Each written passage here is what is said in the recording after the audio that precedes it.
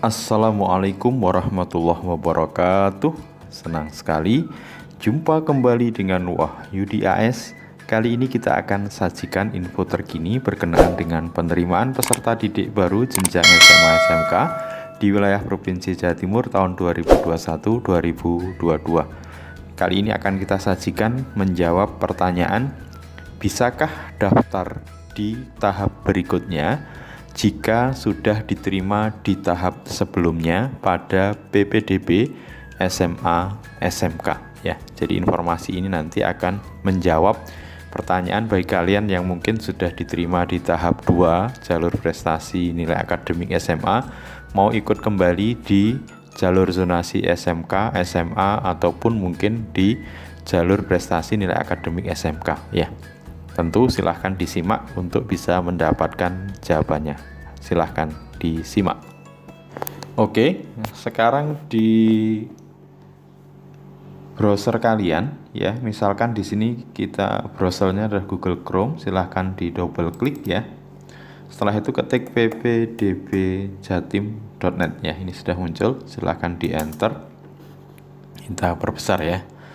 Setelah itu kita untuk keluar dari notifikasi pengumuman ini bisa klik di luar.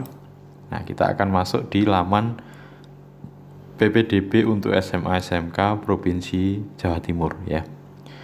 Untuk kita bisa memastikan apakah kalau kita sudah diterima itu bisa mendaftar lagi atau tidak, nanti silahkan kalian menuju ke halaman PPDB kota kabupaten di mana kalian mendaftar ya.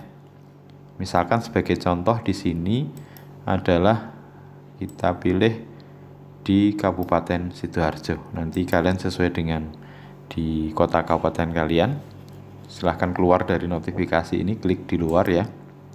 Nah, setelah itu kalian masuk ke pendaftaran ya. Nah, setelah dimasuk di pendaftaran, coba kalian masuk di jalur zonasi SMK ya. Ini untuk menguji apakah kalian yang sudah diterima di jalur sebelumnya di tahap 2. Di tahap 2 itu jalur prestasi nilai akademik SMA ya. Apakah kalian bisa untuk mendaftar di jalur zonasi SMK?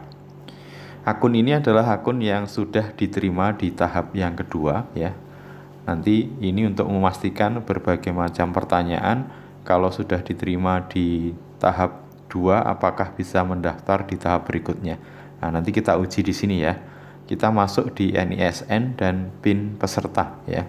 Setelah itu di captcha ditekan ya sampai ada tanda centang, kemudian kita login. Ya, nah, berikut notifikasi yang diberikan ya. Pendaftaran jalur zonasi SMK PPDB Jatim 2021. Anda sudah diterima pada jalur prestasi nilai akademik. Notifikasi ini menandakan bahwa kita tidak bisa masuk untuk mendaftar di jalur zonasi SMK dikarenakan sudah diterima pada jalur prestasi nilai akademik.